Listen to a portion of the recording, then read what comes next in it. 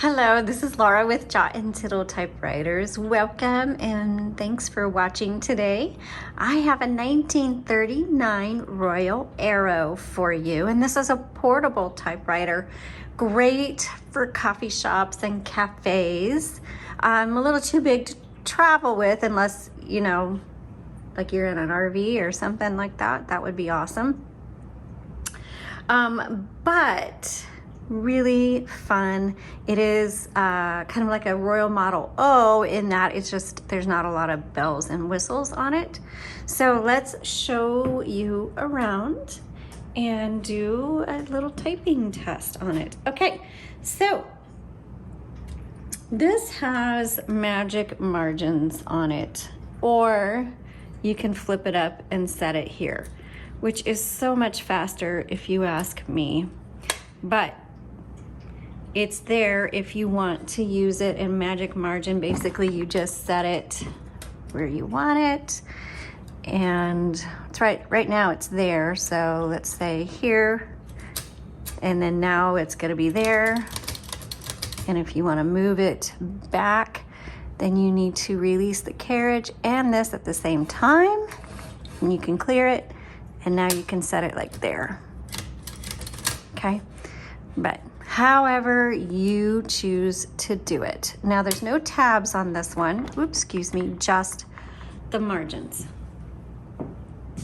Okay, so let's start with the right side. Here is your paper release, which also lifts up your little metal bar here. Your carriage release is going to be on either side, and they both have a lever right next to the handle, and you just pull that in. You can hear the bell. That sounds so cute. I'm going to bring in this margin just a little bit.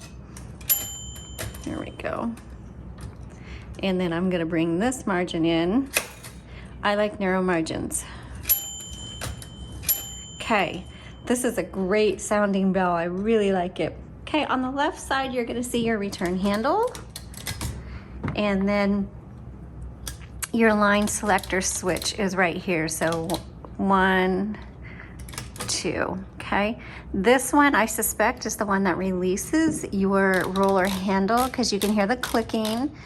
Okay, sorry about that. My phone just stopped recording. I don't know why, it's a brand new phone. Okay, technology, yikes. Okay, what was I saying? Okay, so roller handle. This was the lever right here to release your roller. You can hear it click. If you pull that forward, it releases the roller. That lets you just do some fine adjusting if you want to do subscript, superscript, filling out forms, working with line paper, whatever. Just make sure you re-engage before you move on. Okay, I'm gonna move this over to the left. I'm gonna pop open the top and we'll take a look-see on the inside. You can see it there. And I've put in a universal ribbon. This is not the original ribbon spool, so the universal ribbon works on most typewriter models. It's a 2-inch plastic spool. Okay, and so they're easy to just replace. You just pop them out, pop them in. Just make sure they're threaded properly. So this is the most important thing you need to know about your typewriter is your ribbon. So when it gets to the end of the spool, your typewriter is going to just stop, or it's going to feel very stiff, or if you keep trying to type, it's not going to, 1, feel right, and 2, it's not going to look right. Your font is going to be like really barely readable. And so just stop anytime something feels different or it locks up or anything like that. Just stop and always check your ribbon. It probably needs to be reversed, which you do right here. Okay, just a very subtle click, and you should be able to reverse the direction of your ribbon like 20, 30, 40, 50 times before you need to replace it, because there's a lot of ink in that ribbon. And then once you use up all that ink, you can pop it out and put a fresh one in. We do have fresh ribbons on our website at jotandtittletypewriters.com. Touch control just determines how hard these bars are going to strike your paper. and which determines how light or dark your font is. So personal preference there. This is your color selector, black and red. When you do thread in new ribbon, make sure black is on top and red is on the bottom. You'll see a white dot over here. That is stencil. You don't need this. You're not going to use it. Your typewriter's not going to work right if it's over there. Okay, so whoops, keep it on black or red. All right, let's pop this down. Put this in the middle. I forgot to show you what it looks like on the front. It's a very cute typewriter with the glass keys.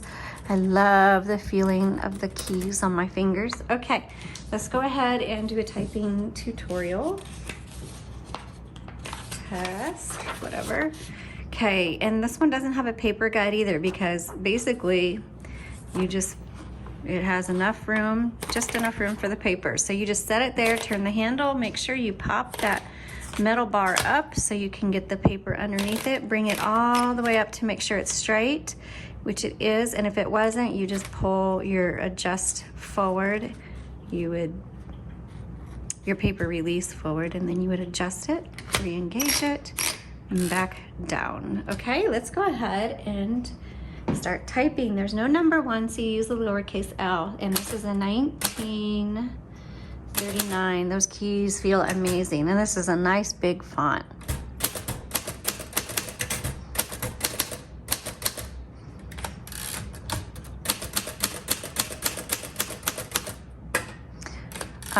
Oh, margin release. Hold on, I'll show you that in a second. Hold on. There we go. So some of these older models, to do a shift lock, you have to kind of press down and then push back. And this one you have to, because what happens is there's a little metal piece that sticks out like this. And so what the shift lock does, you have to push it far enough down to go under the metal piece and then push it back underneath. So that's how this one works.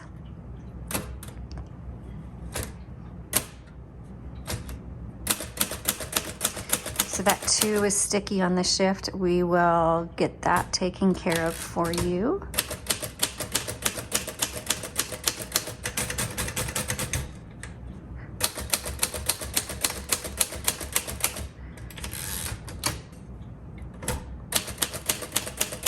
So these older typewriters, especially the older manuals,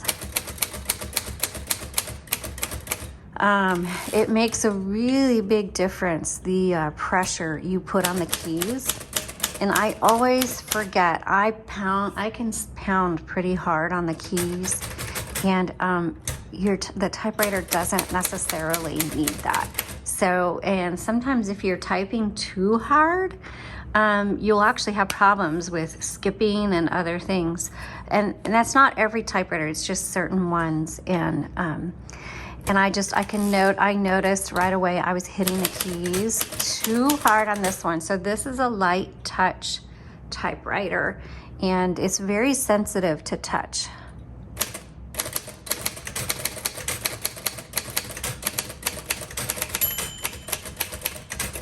Okay, so I'm at the margin release, or the margin has stopped the typewriter. I'm gonna hit the margin release. So because this, I know gets crooked every time. Because it is so sensitive to touch, I would not say this is ideal for beginners. I mean, certainly you can get it and use it, but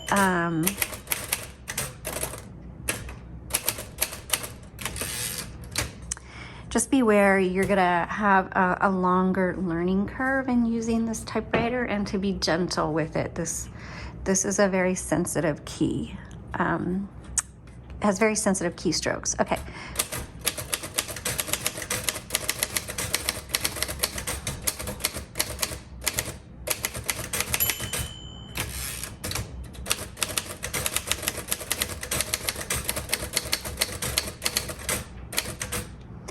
That being said, if you're a fast typist, this seems to be doing well. Now, keep in mind, I'm not sitting in a proper position and I've got something in front of my face, so I'm not as typing as fast as I could.